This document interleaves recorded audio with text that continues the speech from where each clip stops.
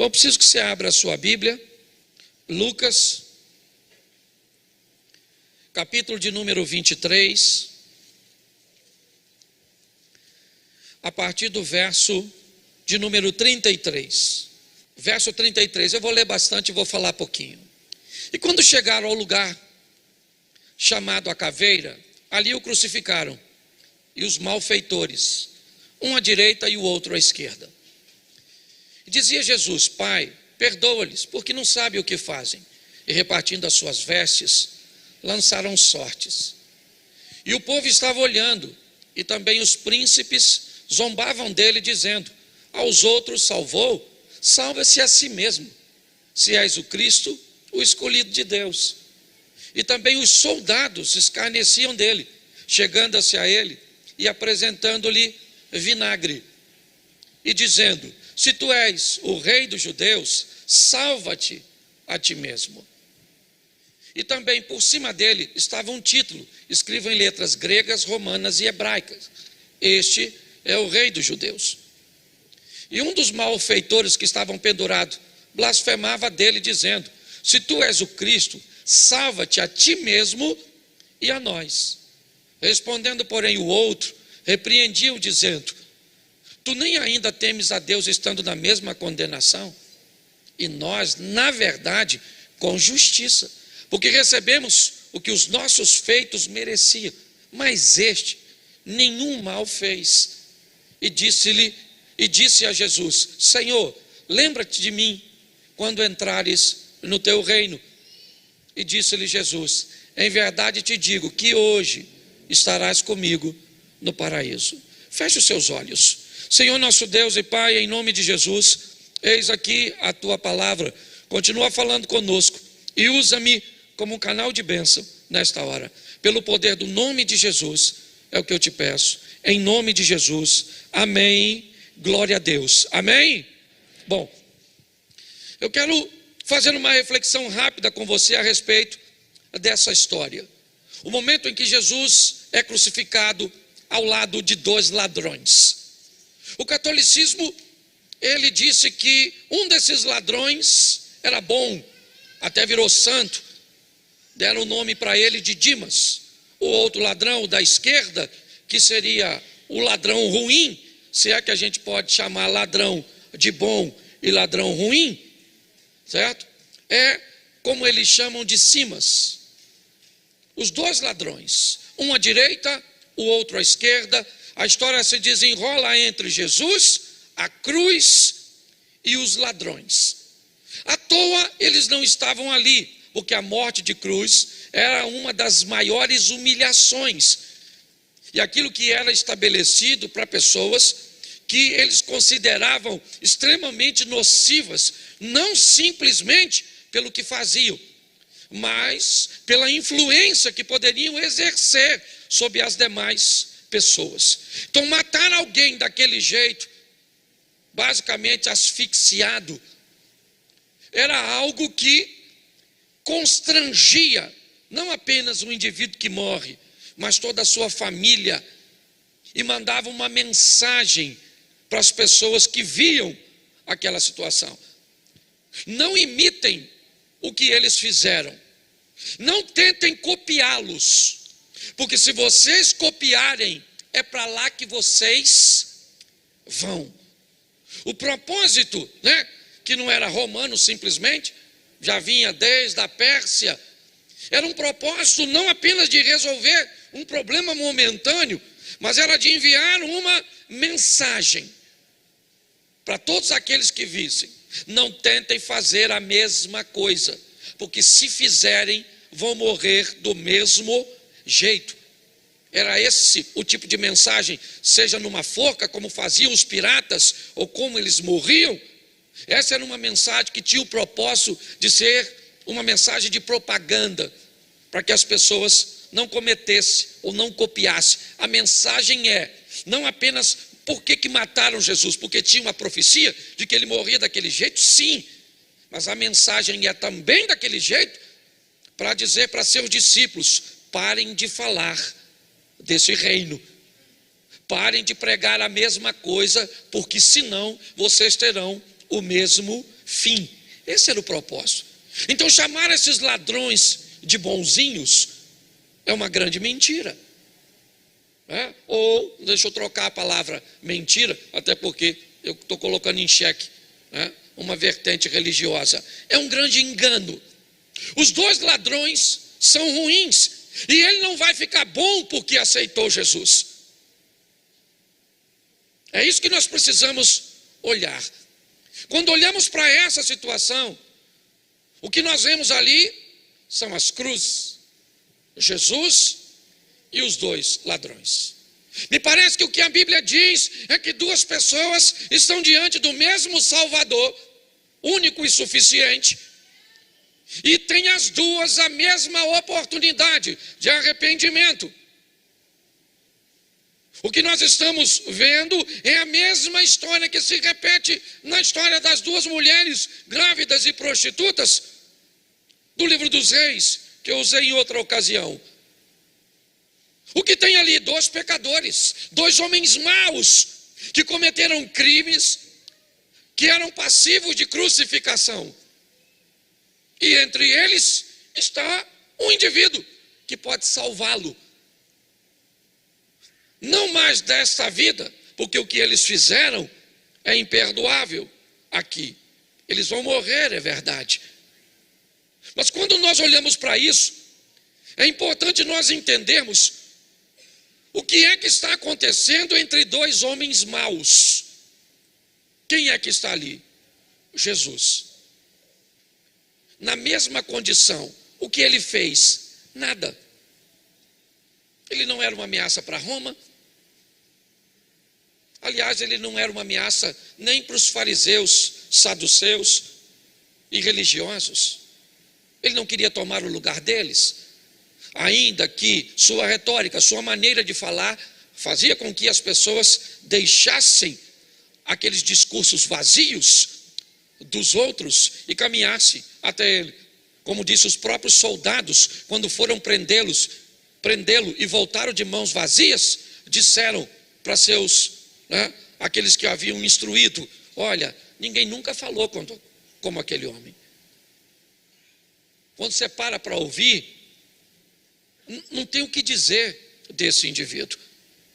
Então, quando nós olhamos para tudo isso, nós vamos descobrir que havia uma oportunidade. Que oportunidade é essa? A que tem aqui. A grande verdade é que hoje aqui tem inúmeras cruzes. Inúmeras. Uma para cada um de nós. Para quê? Para pagarmos por aquilo que, segundo o ladrão, são efeitos do que fizemos. São sentença do que fizemos. Mas entre todas as cruzes, existe uma, a de Cristo, que também continua onde sempre esteve. Não mais com ele pendurado, mas ela pode nos livrar de tal sentença. E que é isso que eu quero ver com você rapidamente. Coisas que o ladrão descobriu na cruz, que tem crente que leva a vida inteira e não consegue descobrir. Primeiro, nós vamos ver a estrutura do que está acontecendo para tirá-lo da cruz. Porque enquanto o mundo físico não sabe o que está acontecendo, o mundo espiritual sabe. Então, se você olhar inúmeras vezes, quer o povo, nos príncipes, quer os soldados, quer o ladrão que está à esquerda, todos eles tentam, sem sucesso, uma coisa muito simples: tirar Jesus da cruz. Salvou a ti mesmo? Ou salvou os outros e não pode salvar a ti mesmo? Se tu és o Cristo, desça da cruz, saia daí, porque se você sair da cruz do meio, ninguém mais sai da cruz. Se Jesus abandona a cruz dele, eu ainda estaria crucificado, você estaria crucificado. Eu queria que você entendesse por isso. Quando você vê o ladrão da esquerda falar, ele é categórico: salvou. né? Se tu és o Filho de Deus, salva-te a ti mesmo e a nós. Olha o que ele está dizendo: se você é poderoso mesmo, saia da cruz e me tire da cruz. É isso que ele está dizendo. Eu estou querendo descer daqui. Todas as tentativas, elas são ditas: interrompa esse processo. Porque se você continuar nisso, for morto, crucificado e ressuscitar, você quebrou o sistema. Você venceu a morte. E aí você vai ter condições de dar a vida a todos. Por quê? Porque a sua crucificação aqui é baseada em inocência. Então vamos dar uma olhadinha depois de tantas tentativas, porque eu acho que vale a pena nós olharmos isso com um pouquinho mais de carinho. Jesus vai ser crucificado, é verdade, e um ladrão vai ser, como nós temos o hábito de dizer, ele vai ser salvo. E o outro ladrão vai ser condenado. E por que um foi salvo? Porque ficou bom. Então quer dizer que o céu é para os bons e o inferno é para os maus? Será que é isso que a Bíblia quer dizer? Eu aceito Jesus, fico bom, e agora porque eu sou bom, mas eu obedeço as coisas. Lembra do jovem rico dizendo para Jesus: não apenas sei os mandamentos, mas os pratico. E Jesus disse: por que me chamas bom? Bom não há ninguém, a não ser Deus. Se Jesus disse que não há ninguém bom, e olha que ainda não tinha morrido quando disse isso para o jovem rico, o que identifica que a lei ainda está valendo, e se ele obedece, isso daria para ele o adjetivo de bom. Se nós colocarmos na cabeça de que o céu é para os bons, nós vamos ter sérios problemas para seguir a nossa caminhada de fé. O que nós precisamos entender é que proposta é essa, e é isso que a maturidade nos traz. Ele não vai para o céu porque ele é bom, ele vai para o céu porque, ou vai ser salvo porque se arrepende, porque aceitou salvar, uma salvação que é pela graça, favor e se ele fosse bom ele merecer, como ele não é bom ele não, mas Deus vai. Então se você está esperando ser bom, eu quero te dar uma notícia: não vai rolar. Pastor, aí você está alimentando a ruindade do povo. Espera eu molhar o bico, eu ainda não terminei. Mas quando eu me deparo com aqueles dois ladrões ali ao lado de Jesus, eu vejo as pessoas. Que pessoas? As que vão ser salvas e as que não vão. Ah, mas eu não acredito que Deus é bom e vai deixar alguém se perder. A Bíblia diz que vai. No exemplo entre perdição e salvação, está o rico e Lázaro. E quem deu o exemplo foi Jesus. E Jesus disse que o rico está em tormento. E não é porque tinha grana, não. Porque logo no capítulo à frente de Lucas 19, ele entra na casa de um homem rico e disse: hoje veio a salvação a esta, porque dinheiro não leva ninguém para o inferno, mas também não leva para o céu não. Então nós precisamos pautar nossa vida de uma forma correta.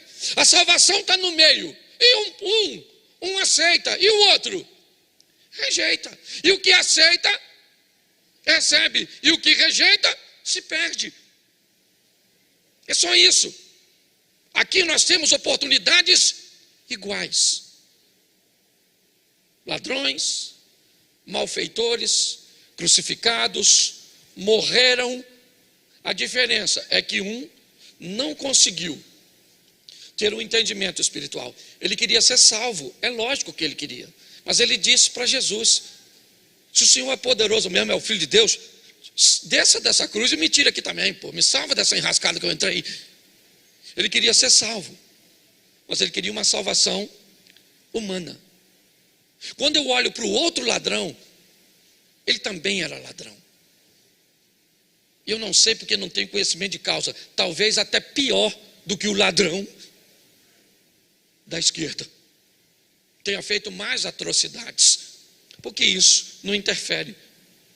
Eu já falei isso aqui e vou repetir só para você que está nos visitando. Tem gente que parece que tem orgulho de dizer que vai para o inferno por um motivo diferente do outro. Ah, fulano adultera. Eu adultero não, menino. Sou fiel no meu casamento. Eu só minto. Mas pelo menos não vou para o inferno por adultério, eu vou por mentira. Olha que delito. Tem gente que se orgulha pelo motivo que vai se perder. Engraçado, não é? Quando nós olhamos aqui, o que nós vamos ver? O que aconteceu aqui que fez este camarada ganhar a salvação? Ou receber a salvação, como queiram? Ter ficado bom? Que ficou bom, querido. Ninguém sabe o que ele ia fazer. Ele morreu na ocasião. Para ele ficar bom, ele deveria ter recebido a oportunidade, ele deveria ter descido da cruz, ter mostrado que agora ele estava transformado, e aí ele morria. Teve tempo? Então não vou dizer que esse cara ficou bom, e não adianta me convencer, porque para mim não ficou. Mas o que ele fez então? Aí é um caminho e um trilho que vale a pena observar. O que esse camarada fez é o trilho que todo pecador que a cruz está querendo mostrar com os ladrões deve tomar para alcançar salvação ou perdição. Talvez esse seja o mapa da mina, o momento chave. Então eu quero acompanhar rapidinho. Esse primeiro culto é rapidinho, né? Depois eu consigo, mas vamos lá. 23, 41. Preste atenção. Olha o que esse camarada está dizendo no verso 41. E nós, na verdade, porque recebemos o que os nossos feitos regrinha básica. Esse camarada vai ser salvo porque ele descobriu que estava fazendo as coisas erradas. Quando ele olhou para a situação, ele mesmo diz: nós estamos aqui recebendo o feito ou o resultado daquilo que fizemos. Nós estamos aqui por merecimento. O que esse camarada está fazendo aqui é reconhecendo seu próprio pecado. Se eu quero salvação, eu preciso reconhecer que eu sou pecador. O grande problema é que às vezes, para aliviar o que eu faço, eu procuro olhar alguém que faça algo mais horrendo do que eu, pior que o meu. Então, ao invés de olhar, por isso que eu sempre digo aqui, quem encontra com Deus não tem tempo de olhar para os outros. Por isso que o profeta Isaías, quando diz: no ano em que eu vi o Senhor sobre um alto e sublime trono, a primeira coisa que eu disse foi: ai de mim. Porque diante de Deus eu não penso na minha mulher. Diante de Deus eu não consigo ver ninguém. Você só consegue ver a vida dos outros quando você está diante de Satanás. Porque Satanás é acusador, ele é perverso, ele quer denegrir, enquanto Deus quer recuperar. Quando o ladrão da cruz, da direita, diz: nós na verdade estamos aqui com justiça, ele está reconhecendo aquilo que ele fez. O texto não diz que ele fica bom. O texto só mostra arrependimento e confissão. O texto não vai dizer que ele ficou bom e que agora ele vai entrar no céu porque ele é bom. Não. O que o texto está dizendo em primeiro lugar é que ele reconheceu que o que ele fazia era errado e está confessando aquilo diante de Jesus. Então, quando eu reconheço que o que eu faço é errado, quando eu olho para mim e vejo o meu erro, quando o erro das pessoas não subestimam o meu, nem minimizam o que eu estou fazendo, isso significa que eu entrei no trilho da salvação. A Bíblia diz que aquele que confessa e deixa, alcança misericórdia. Quando olhamos para isso, É isso que vemos. E o verso 41, ainda vemos a segunda coisa. Mas este quem? Esse que está no centro. Ele não fez nada. Bom, se ele não fez nada, tem algum problema. Como é que ele não fez nada e está no meio de nós? Nós estamos aqui porque merecemos. E ele está aqui sem fazer nada para estar aqui. O que esse camarada acaba de dizer é: ele é o sacrifício. Não há motivo para ele estar aqui, a não ser nos dar a vida eterna. Não tem outro propósito. Ele não merece. Então, se ele não merece, por que ele está aqui?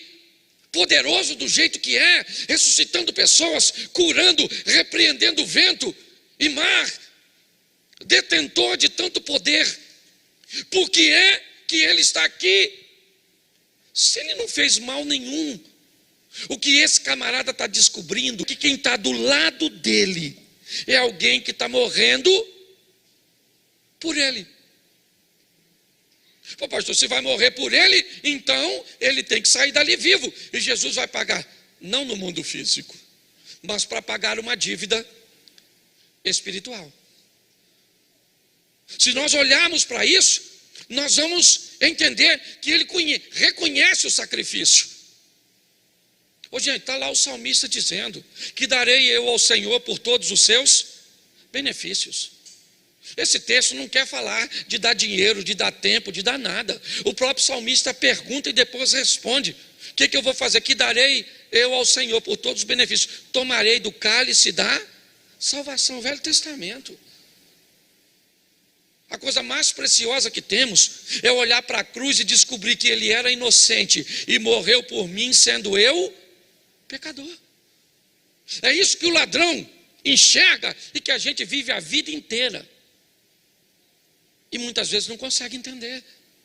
Nós vivemos a vida inteira olhando para o pecado dos outros, ao invés de olhar para nós, ao invés de reconhecermos o que fizemos, o que estamos fazendo e que somos merecedores. Ah, mas eu me acho bom. Pois é, mas o mundo espiritual não acha.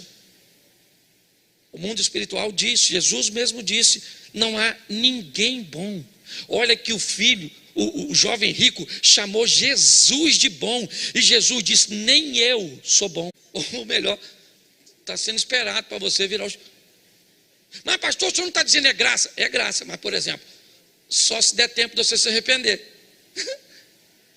Eu falei para vocês, eu pensei muito em salvação. O dia que eu fui fazer o exame, falei lá que deram um remédio em mim. Eu dormi pelado, acordei vestido. Não sei o que fizeram comigo. E se eu tivesse me dado aquela anestesia e não tivesse voltado? Eu já tinha que estar com o passaporte carimbado. Se não pensa, estou chegando lá. E aí, vinde bendito? Não, bendito é na outra sala. Aqui chega aí mesmo, louco. Senta nessa cadeira pegando fogo que já vou te atender, pensa.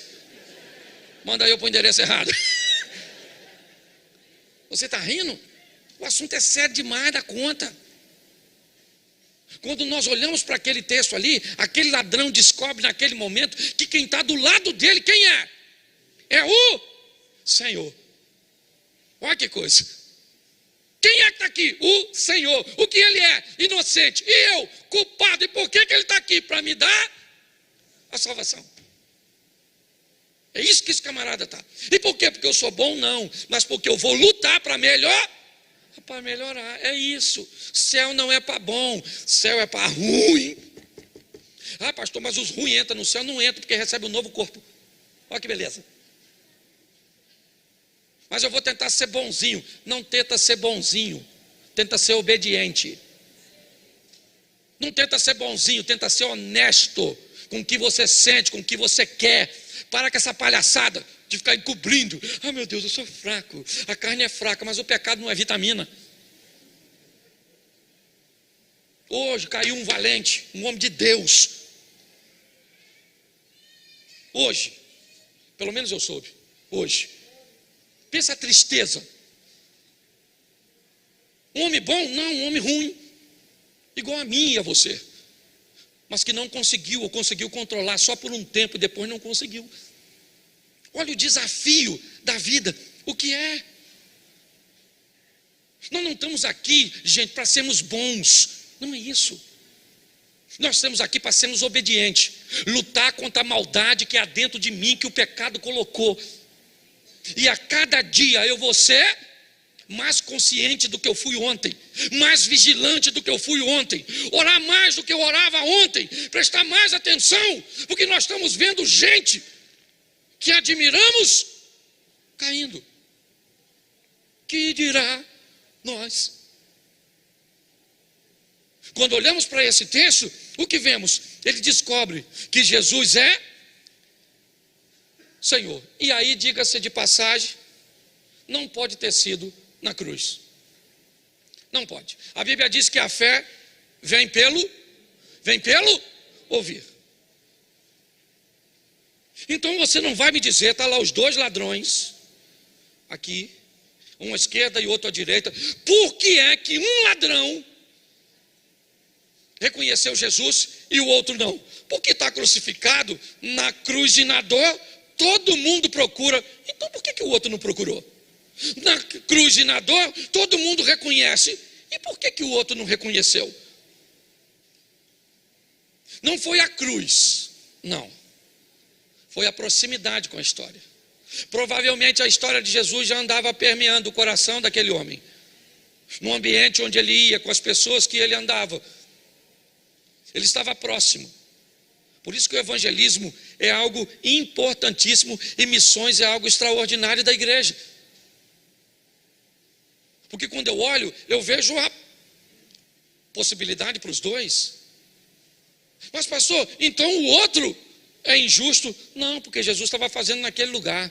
Talvez a história não interessasse ele, porque ouvir falar de Jesus era falar mal dele, é falar de suas mazelas, de suas maldades, de suas debilidades, e ele não estava muito afim disso. Então ele fazia ouvido de mercador, entra aqui, sai aqui e vai embora. Os dois morrem como maus. Essa é a grande verdade. O ladrão não virou santinho, porque defunto não vira santo. Entendeu? Você não fala mal do defunto quando está morto, em consideração à família. Esse dia no velório, o camarada foi dar uma palavra, falou: estamos aqui diante de um homem distinto, um bom pai, um bom marido, um excelente amigo, um cara extraordinário. A viúva estava sentada perto do caixão, falou para o filho: vai ver se é seu pai que está lá mesmo, porque eu acho que trocaram o defunto. O defunto não se defende, mas também não fica bom. Esse é o grande problema. As pessoas estão buscando uma bondade que não vão encontrar, e aí elas começam a maquiar e trocá-la, em buscar uma linha de compensação. Não, Deus entende do jeito que eu sou, e por isso eu vou dar uma oferta generosa, por isso eu vou dar umas cestas básicas, por isso eu vou trabalhar na igreja, porque aí eu trabalho aqui e compenso aqui. Não é processo compensatório, é graça, é favor que você e eu não merecemos. Ele descobre que Jesus é Senhor. Mas esse texto também, ele descobre algo extraordinário. Lembra-te de mim.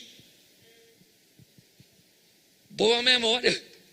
Está falando para Jesus: aí Jesus, as pessoas me esqueceram, os homens me esquecem.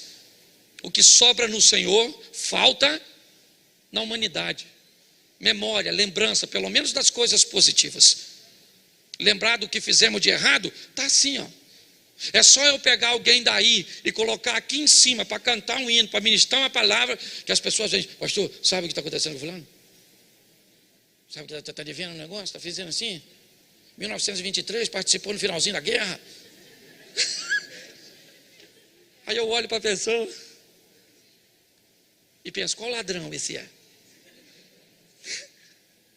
Precisa ter um encontro com Deus para parar de olhar para a vida do outro. Ele está dizendo: Senhor, lembra de mim. Por quê? Porque eu não mereço. Então eu preciso que o Senhor lembre, porque se eu merecesse, o Senhor não ia esquecer. Ele ainda está no processo, ele está morrendo. A diferença é que um ladrão quer ser salvo nessa vida. Esse é o da esquerda, e o outro já chegou à conclusão que aquela vida foi embora. E ele pede a outra salvação, porque ele entende que o momento ali não tem mais a ver com o mundo físico. Ele já viu que Jesus é poderoso, sabe que ele pode descer da cruz, mas ele não vai. E por que ele vai fazer se ele é inocente e filho de Deus? Porque ele é o sacrifício, e é isso que ele vai mostrar para todos nós. Mas é o final do 42. Lembra-te de mim quando? Quando? Entrares no teu? No teu? Ele roubava para quê? Para ficar rico. Ele roubava para ficar rico, para conseguir comprar boas coisas, para fazer uma casa excelente, para conseguir, andar num carro bom, comer boas comidas, usar, boas roupas, melhorar seus relacionamentos interpessoais e provavelmente enriquecer de uma tal forma que um dia pudesse sentar ao lado de César. Ele é um homem ambicioso, tão ambicioso que rouba. O que ele queria? Provavelmente estar um dia no mundo dos vivos, sentado num banquete do lado de um imperador, de um rei, vamos dizer assim, ainda que Roma não tinha monarquia, mas de um imperador. Isso é o que queria os dois ladrões. O outro continua querendo e está preocupado em descer daquela cruz e prosseguir a vida. Só que o outro descobriu que quem estava do lado dele também era rei. Só não era rei neste mundo. Ele era rei, ele tinha um reino. E por isso ele diz: Senhor, lembra de mim quando o Senhor entrar no teu reino. Esse homem consegue me mostrar, sabe, que ele lutou tanto para viver e ter a oportunidade de estar do lado de um rei, e agora ele tem a oportunidade de fazê-lo e não vai deixar isso passar. Quando ele termina de dizer isso, Jesus diz para ele no verso seguinte, disse-lhe Jesus: em verdade te digo que hoje estarás comigo no... Pronto. E o outro? O que é que aconteceu com o outro? Ele também morreu. E morreu, sabe por quê? Porque continuou ruim. Não. Ruim, o que foi para o céu também era. Desculpe usar a expressão tão superficial assim. Mas aquele que foi salvo também era. Nossa salvação, irmãos, não tem a ver com nossa bondade. Pare com isso. Nossa salvação tem a ver com arrependimento, com luta, para diminuir a cada dia, para melhorar a todos os dias. E o que ficar sobrando? O que sobrar, sabe o que Deus disse para Paulo? A minha graça te basta. É assim que funciona. Hoje eu vejo muitas pessoas, umas cobrando de si um estilo de vida que a Bíblia nunca pediu. Outras acreditaram tanto nisso que buscam um ambiente compensatório para enganar a si mesmo. Outras pessoas já desistiram porque descobriram que não vai rolar esse negócio de ser bom, não vai rolar esse negócio de ser perfeito, não vai rolar, sabe? Porque muitas vezes eu, depois de tanto tempo, ainda olho para uma mulher, ainda olho para um homem, ainda olho para algo que eu não tenho. Eu tenho uma cobiça, eu tenho uma inveja, eu tenho uma língua que salta palavras, que eu não deveria estar falando. Pois é, você queria ficar bom, e não é isso que a Bíblia está pedindo. A Bíblia está pedindo: seja honesto. É isso. Seja obediente. Faça o que Deus disse para Caim. Lute todos os dias, porque o pecado está na porta, mas é a você que cumpre dominá-lo. Não é o Espírito Santo que tem que dominar o meu e o seu pecado. Não é Deus que tem que dominar o meu e o seu pecado. Ele nos dá força para fazê-lo. Mas por que é que eu não tenho força? Porque provavelmente você está andando mais próximo à oposição do que ao aliado. Como é que você quer força para controlar pecado, se você só lê o que não deve, só anda com o que não deve, com quem não deve, só faz o que não deve? A fonte da força está lá. Quem está perto se beneficia dela. Quem está longe se prejudica pela ausência dela. Pare de querer ser perfeito. Pare de querer enganar você mesmo. Por detrás de roupas, por detrás de comportamentos que muitas vezes não tem nada a ver com a sua realidade, é apenas algo para enganar as pessoas. Mas nós não enganamos o mundo espiritual. Eu estou aqui hoje, primeiro falando para mim, primeiro olhando para mim, sabe, e enxergando as minhas mazelas, que talvez você nem saiba, nem minha mulher que está aqui à frente sabe. Porque a proximidade com Deus, ela vai fazendo as coisas ruins ficarem para trás. As pessoas às vezes nem vão conseguir mais ver o erro, porque ele não está mais no seu comportamento, ele está no seu pensamento. Mas Deus não olha a aparência, Deus olha para o coração. E o que Deus não rejeita é um corpo bem vestidinho, uma Bíblia na mão, um cabelo grande. Não, o que Deus não rejeita é um coração contrito e quebrantado. Sabe o que eu vim dizer para você hoje? Que é possível você buscar a santidade, e eu também. Que é possível que você viva uma vida extraordinária ao lado de Deus, conseguindo controlar o mal, que só vai sair de mim e de você quando recebermos de Deus um novo corpo. Para de querer ser bom e passe a ser obediente. Termino aqui quando uma história é contada de que um pai chama um filho e diz assim: vai ao meu campo e trabalhe lá. Ele diz: vou, mas não vai. O pai vai no outro filho e diz: vai ao meu campo e trabalhe. Ele diz: não vou, e vai. E aí Jesus pergunta: qual dos dois obedeceu? Os dois não estavam com vontade de ir. A diferença é que um disse para o pai: vou, mas não foi. E o outro disse: não vou, mas depois foi.